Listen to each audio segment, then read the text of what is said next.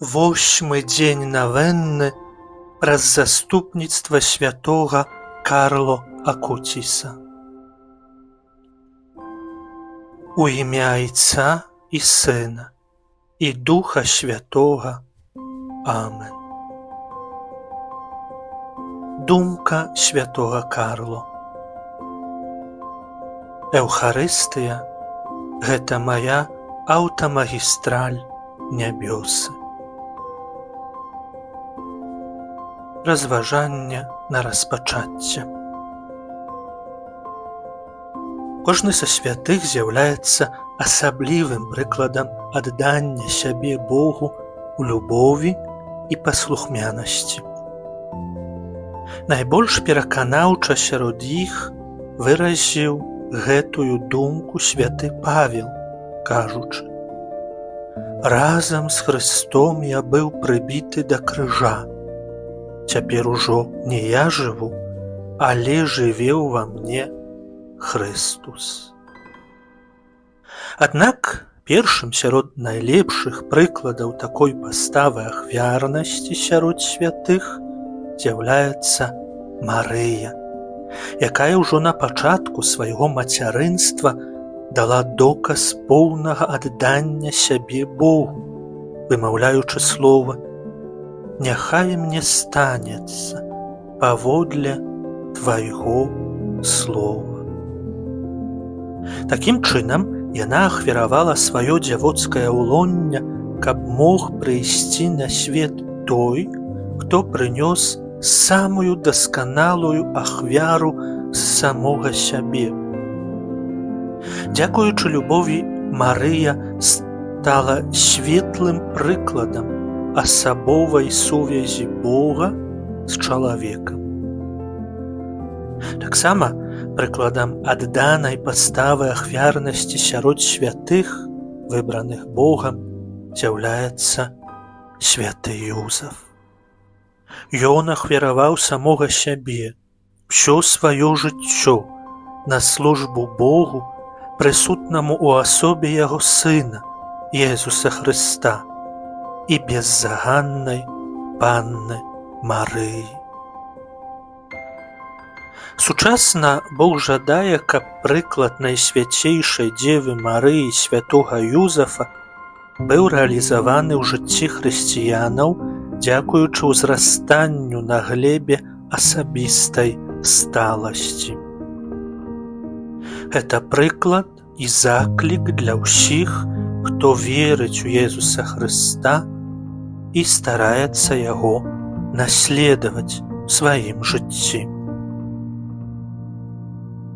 Ахвяраванне сябе Богу не з'яўляецца аднаразовым актам. Яно мае дынамічны характар і развіваецца. Толькі Езус Хрыстус прынёс сваю ахвяру Айцу дасканала, раз назаўсёды, і ў гэтым духу ахвяры прабывае ён пастаянна. Аднак для чалавека заўсёды існуе спакуса адбіраць у Бога тое, што было яму ахвяравана. Таму у Канстытуцыі Другога Ватыканскага сабору аб літургіі гаворыцца толькі пра тое, як трэба вучыцца прыносіць сябе ў ахвяру. Аднак не так адбывалася ў Марыі святога Юзафа, бо яны, прамаўляючы сваё фіят у хвіліну звяставання, не абмежавалі свайго ўдзелу ў справе збаўлення тым, што далі самых сябе Сыну Божаму. Яны згадзіліся таксама супрацоўнічаць ва ўсёй справе, якую павінен быў здзейсніць Сын Бога і іх Сын на зямлі. Сучасна ахвяраванне сябе Богу штодня павінна набыць форму гатоўнасці на спаўненне яго волі, асабліва волі, аб'яўленай у тэстаменце Езуса. «Новую запаведь даю вам, каб вы любілі адзін аднаго, як я полюбіў вас». пра беатыфікацыю Карло. Калі біяграфія Карло Акуціса, маладога кіберапостала Еўхарыстыі, была прадстаўлена на сусветных днях моладзі ў Рыа-дэ-Жанэйра ў 2013 годзе, узнікла думка, што ў будучыні ён мог бы стаць апекуном інтэрнэту, нябесным заступнікам тых, хто карыстаецца інтэрнэтам. Прызнаны касцёлам цуд праз заступніцтва слугі Божага Карло датычыўся аздараўлення бразільскага дзіцяці, якое пакутавала на прыроджаную паталогію падстраўнікавай залозы.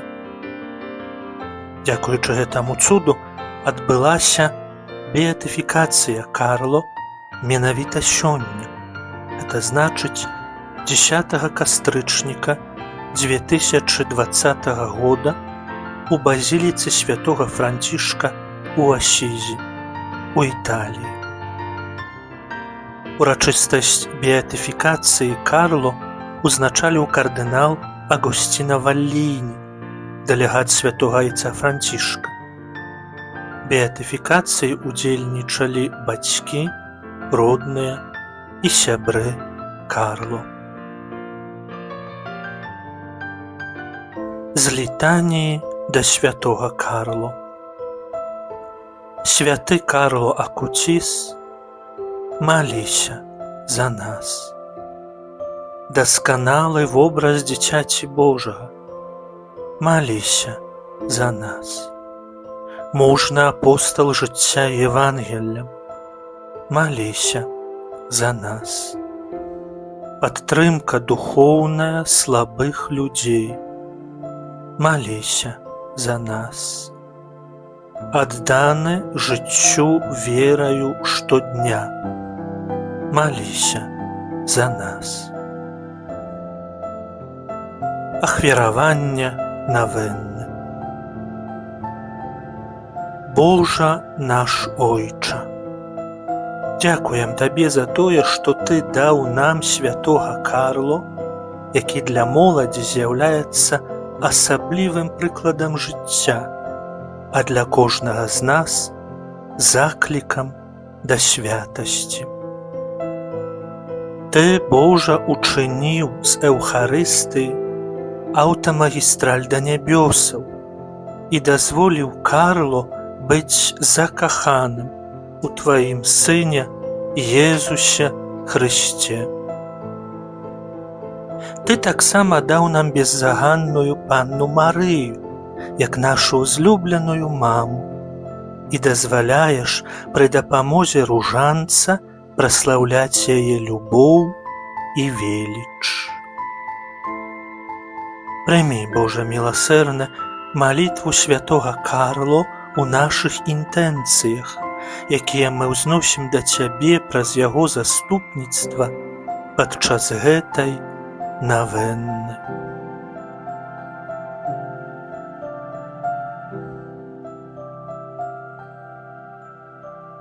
Няхай яго усмешка напаўняе надзеяй кожнага чалавека і з'яўляецца святлом для нашых сэрц у штодзённым імкненні да дасканаласці, які жывеш і валадарыш на векі вечныя.